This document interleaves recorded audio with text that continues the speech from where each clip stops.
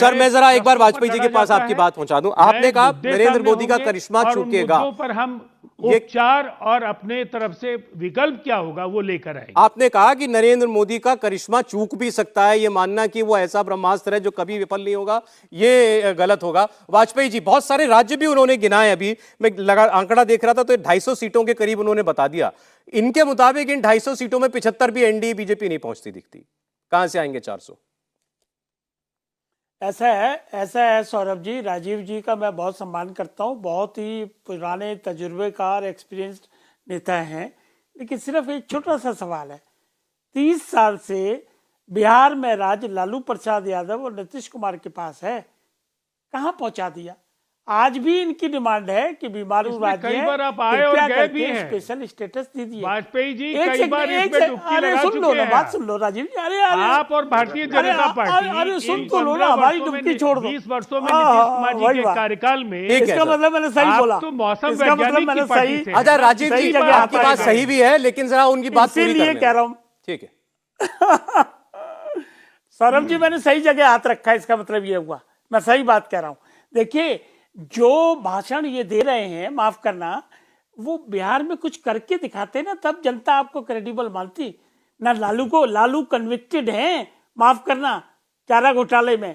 नीतीश कुमार 18 साल से राज कर रहे हैं बिहार में, आज भी 7 साल में डिग्री मिल रही है।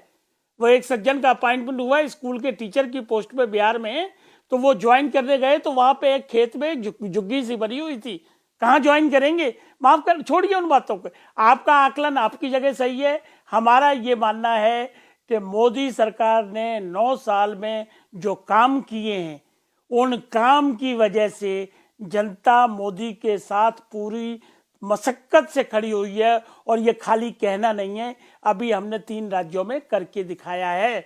मैं फिर वही बात कहूंगा कि मोदी जो बात कहते हैं उस पे जनता मोहर लगाती है और विश्वास करती है। ये तो बार बार टेस्ट हो चुका है ना।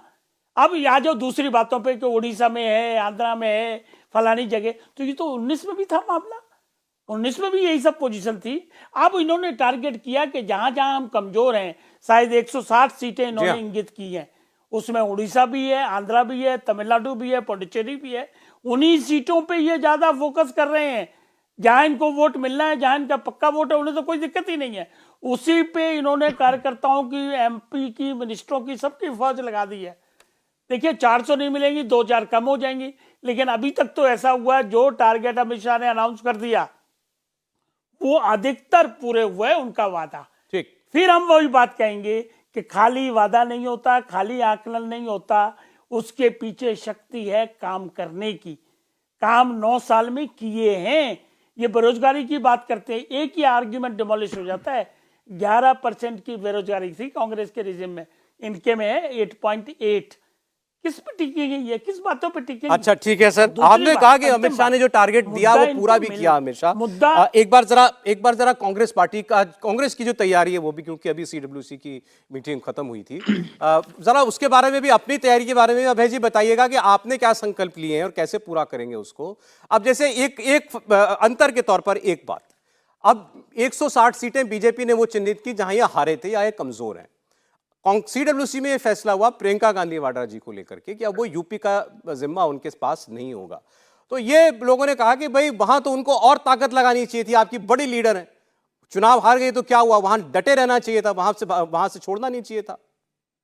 नहीं, व्यापक रूप से समूचे देश में उनकी आवश्यकता है, सिर्फ एक प्रांत में बांधकर नहीं देखा जा सकता। पहले 10 सेकंड में भारतीय जनता पार्टी का जवाब देना जरूरी, फिर हम अपने विषय पर बात करेंगे। देश के लोगों गौर से सुनना जो मैं बात कहने जा रहा हूं। भारतीय जनता पार्टी कांग्रेस पार्टी और अलायंस पर मुस्लिम तुष्टीकरण का आरोप इसलिए लगाती कि ये पोलराइज कर सके वोटों के लिए। ये आतंकवादियों का तुष्टीकरण और भ्रष्टाचारियों, भगोड़ों और धन्ना सेठों का पुष्टिकरण करती है। आप सुनकर चौंक जाएंगे, आप गूगल करिएगा, सैफुल्ला फारूक नाम का एक दुर्दांत आतंकवादी था जिस पर पंडितों की हत्या के न सिर्फ इल्जाम थे, 10 वर्ष जेल काट के आया। अजहर मसूद का शिष्य रहा, पाकिस्तान में ट्रेनिंग ली उसने। उसको भारतीय जनता पार्टी ने अमित शाह साहब के विशेष आशीर्वाद से वार्ड नंबर 33 कश्मीर से टिकट दिया। तारिक अहमद मीर आरोप यह था कि पाकिस्तान से हथियार लाकर सप्लाई करता घोषित आतंकवादी, उसको विधानसभा का टिकट इन्होंने दिया भारतीय जनता पार्टी ने। तालिब हुसैन घोषित आतंकवादी था, गांव वालों ने पकड़ा।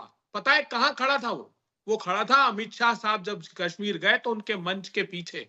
रियाज अटारी जिसने राजस्थान में कन्हैया लाल जी की हत्या की, उसका सीधा संबंध भारतीय जनता पार्टी साथ है, सारे चैनलों ने बताया। किशन भारवाड़ की उसी प्रकार गुजरात में हत्या कर दी गई, तिल तिल तड़प तड़प कर मरा किशन भारवाड़। वो गुहार लगाते रहा गुजरात की सरकार से, भाजपा सरकार से कि मेरी जान को खतरा है, मेरी हत्या कर दी जाएगी। उसको पकड़ के जेल में डाल दिया।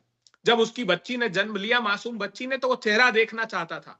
तेरा चेहरा देखने गया, उसके पहले चौराहे पर उसको गला काट कर हत्या कर दी। एक पैसे का मुआवजा नहीं दिया, एक पैसा नहीं दिया। वहां एनआईए की जांच तक नहीं हुई। 1000 दान पात्र दावते इस्लामी के मिले अहमदाबाद में। आपने सुना कभी कि वहां एनआईए की जांच हुई हो? पाकिस्तान के संगठन के 1000 दान पात्र मिले, क्योंकि बदनाम हो जाएंगे ये। देश की चिंता इनको नहीं है।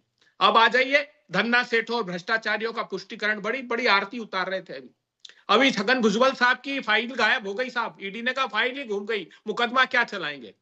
जिनको प्रधानमंत्री जी 70,000 करोड़ रुपए का आरोप लगा रहे थे अजीत पवार जी, उनपे जुलाई 2021 में ईडी ने एक लेटर जारी किया कि वो और उनकी पत्नी बैंक घोटाले के स्कैम में शामिल है और 65 करोड़ की संपत्ति इनकी सीज की जाती। प्रफुल्ल पटेल के खिलाफ प्रेस कॉन्फ्रेंस लेते थे। ये कहते थे दाऊद इब्राहिम का दायां हाथ इकबाल मिर्ची, उसका साथी Praful Patel. Bharatiya Janata party press conference लेती थी, भाजपा में शामिल कर लिया, सारे पाप धुल गए। हेमंत विश्वा शर्मा के खिलाफ बुकलेट निकाली इन्होंने कहा कि साहब देखिए, लुई बर्जर केस का आरोपी है ये, पूरे प्रमाण हमारे पास है। अगले महीने भारतीय जनता पार्टी में शामिल करा, मुख्यमंत्री बना दिया। तो मुकुल राय, हेमंत बिस्वा शर्मा सहित सारे जितने आरोप थे, आखिरी जवाब देने का मुझे भी अवसर मिल रहा। उसी रिपोर्ट का हवाला देकर बता रहा हूं, जिसका प्रेम शुक्ला जी ये जो झूठ के 4 चांद लगा रहे थे। इंडिया टीवी की खबर है, इंडिया टीवी की उसी एनएसएसओ की खबर है। 45 साल के उच्चतम स्तर पर पहुंची बेरोजगारी 6.1% होकर 45 साल की।